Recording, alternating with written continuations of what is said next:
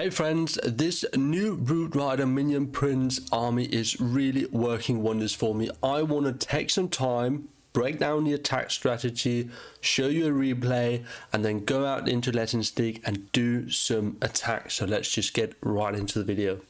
Alright, let's get into the first replay, but just before I do it, I want to make sure that you guys are aware of what it is that we are actually using. So let me pause the replay here. As you can see on the screen, that is the full army. The equipment and the pets you can obviously just see, but the equipments right here are the giant arrow and the healer puppet.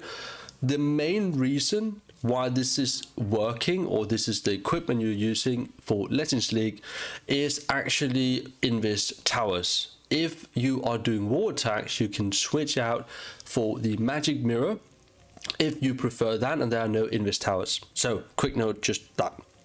For the RC, we're using the Electro Boots and the Rage Gem. You can also switch out for the Hawk Puppet. I've also tried the Rocket Spear and the Seeking Shield. A lot of different things can work here. It's basically a funnel we're doing. So we're doing a quick invis type strategy, and I'll explain more on that later.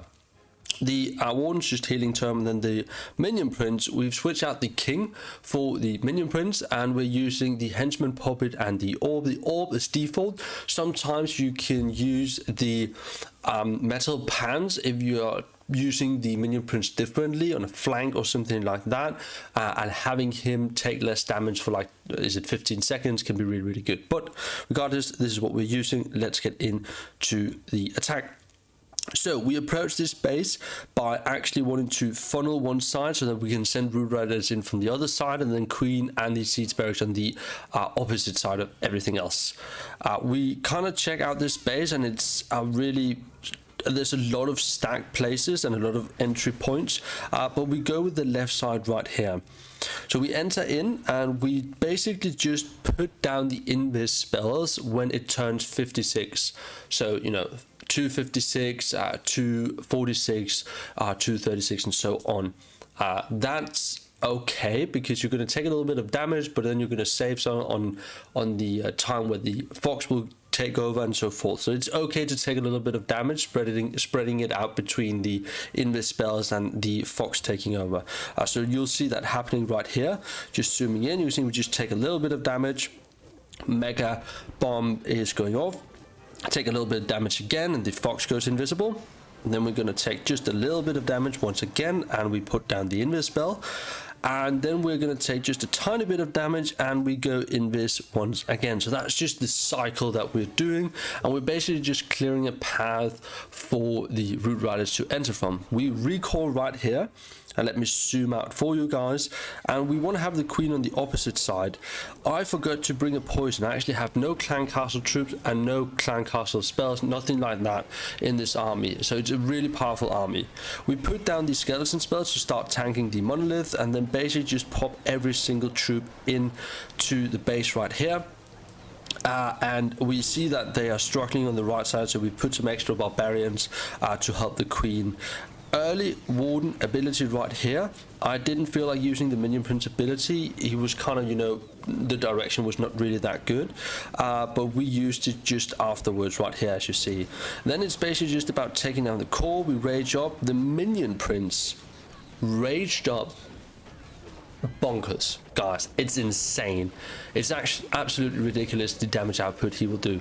So if you do have the ability to, you know, put the rage down where you catch the minion prince in it, he will obliterate everything. It's insane. We freeze here just because the king walked up. We had a single target inferno and a ricochet cannon. Things are going on a little bit on the outside, queen, minion prince, and all of that. We still have the RC, the warden, healers, and I think one Root Rider maybe left. Yeah, two more popping up right there, or walking. So that's good. Minion prince goes down. That is just fine. There's basically nothing left here. So we'll just forward this through so you guys can see how it kind of just ends up happening. Having the RC alive is primarily what allows you to not have time fails. I have had one time fail today, which was because I lost the RC when I did the initial funnel. She is just so great, and as you can see, she'll just be healed up by the healing tome. So having that is really the bread and butter of this attack strategy. Creating the funnel with her and then recalling her in good time. Then it's about whether you're using the minion prince ability first or the warden ability. Switch it up whenever you feel like it.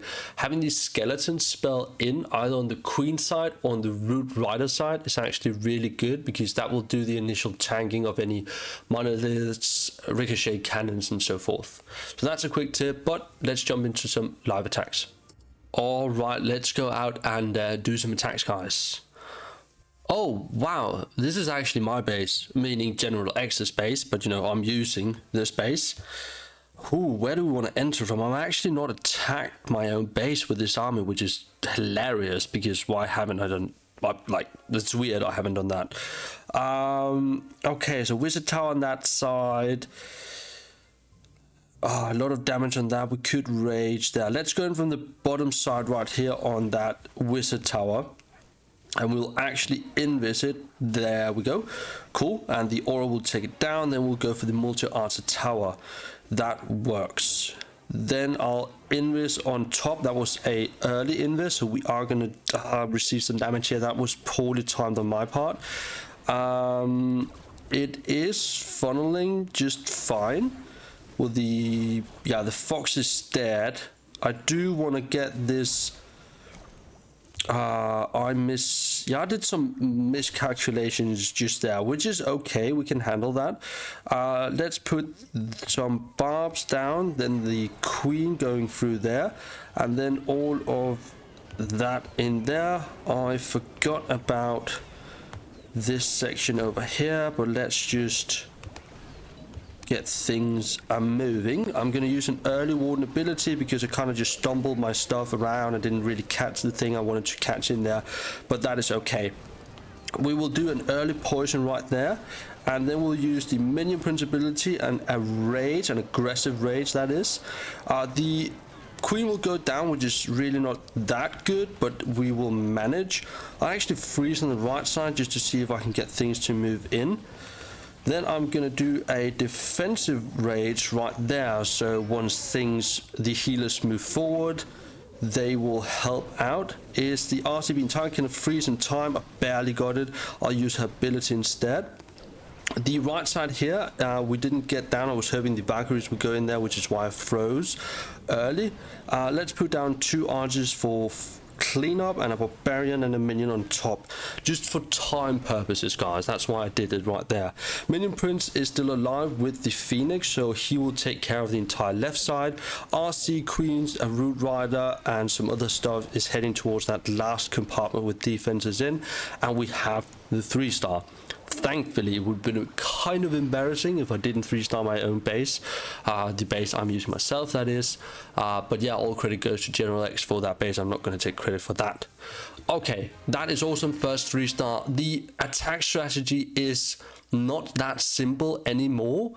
The approach you take is actually needs to be well thought out, due to the fact that so many things has been buffed in terms of we've got so many new levels, and so the new defense that got added and so forth. So you actually do have to think about what you're doing. You can't just randomly spam things in and hope that it works. So let's do another attack. Right, another double invis tower. I mean, these bases has become so common that I really just need to practice so much on figuring out the best approach to hitting these.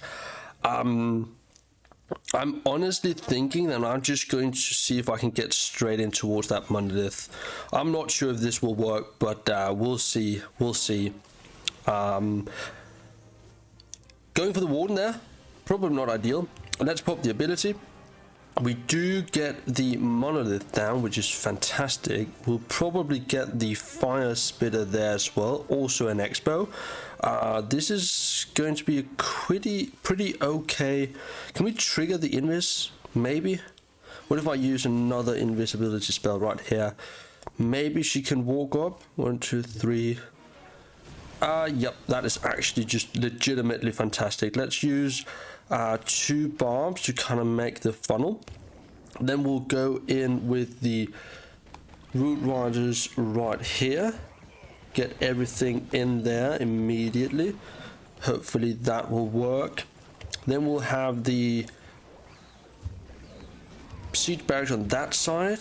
Wall break in. 2 super barbs. And we'll save the warden ability. We'll be a little bit, you know, maybe now. And then also actually the minion prince ability. I actually kind of fat thumbed that one there, but probably it's going to be just okay. We will see. We do have everything triggered. I do want to rage this up actually. Also not rage, freeze this. And I do want to use the super barbs right there. Do we have any other heavy compartments right there? Yeah, actually, I'm just gonna rage on the healers. I really just want to get as much HP dumped into my healers right there. The minion prince goes down. That is okay, in my opinion at least. Hopefully we can get the enemy minion prince down. Let me actually use my last spell right there, because then we can hopefully have the queen walk up, stop targeting the wizard tower, and just take down the minion prince.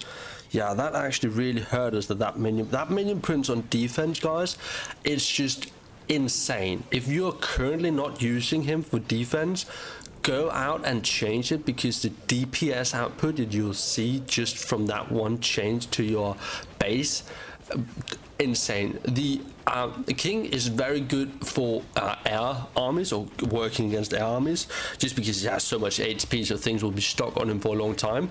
But most other attack strategies will suffer from going against the minion prince, because even at like a little bit of time, he will put out so much damage. But yeah, another 3-star. I'm gonna end the video right here. I really hope you enjoyed. I hope it makes sense how we are entering and how we're using the RC, and how you can switch up the usage of the queen and everything to make the funnel work correctly. No overgrowth obviously means that you have to be more vigilant in the usage of everything. But yeah, I hope you guys enjoyed the video, and I'll see you in the next one tomorrow.